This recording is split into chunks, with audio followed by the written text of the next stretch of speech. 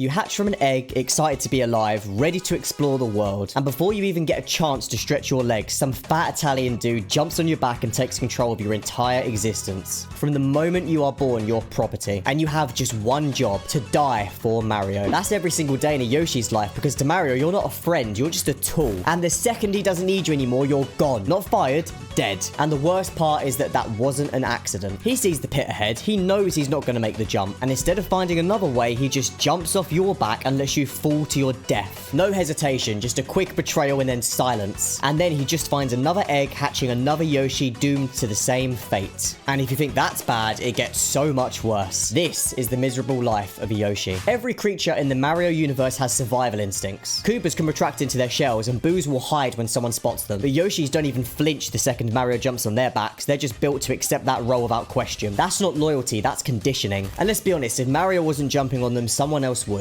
Every Yoshi on Yoshi's Island grows up knowing one thing: their entire life is about carrying someone else. If not Mario, then just some other crying baby. Because for some reason, Yoshis are always stuck babysitting infants like some unpaid daycare service. And if they don't comply, well, that's the part Nintendo doesn't want you knowing about. Imagine for a second that a Yoshi refuses. Just one Yoshi. Imagine he sees what Mario does to one of his brothers, ditching him over a bottomless pit. What if, for the first time in history, a Yoshi looks Mario dead in the eyes and said, "No, you're not riding me." Pause.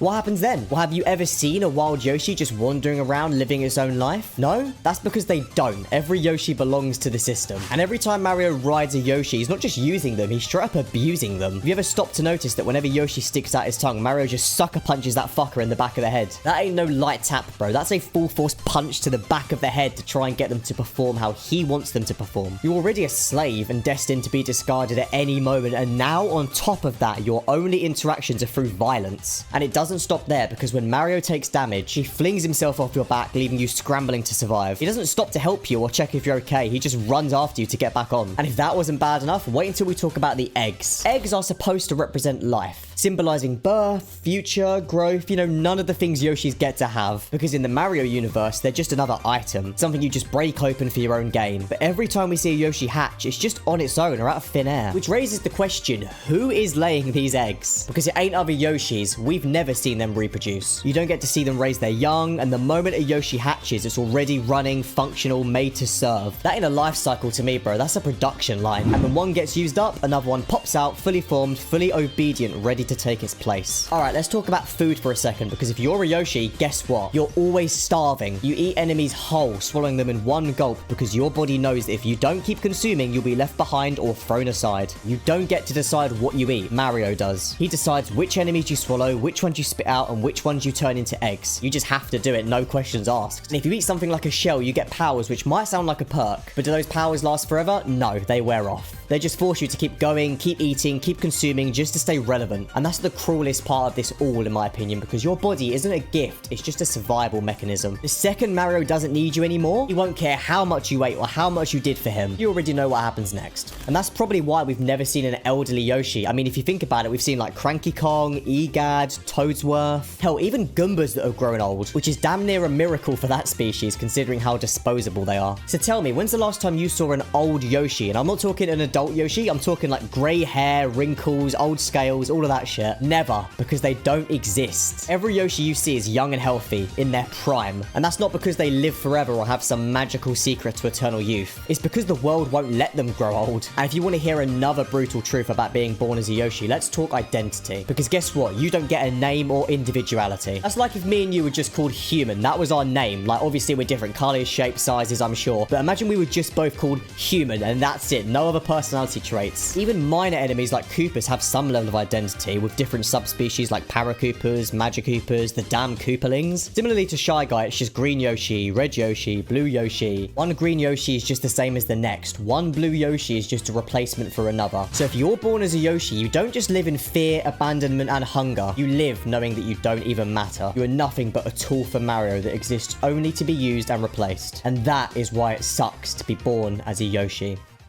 Make sure to check out the full Why It Sucks to Be Born As playlist to hear about the miserable life of Goombas, Toads, Shy Guys, and many more coming in the future. Let me know down below which character you want to see next, in or outside of the Mario universe. Thank you all again for watching, and as usual, please have yourselves a damn good one. Peace.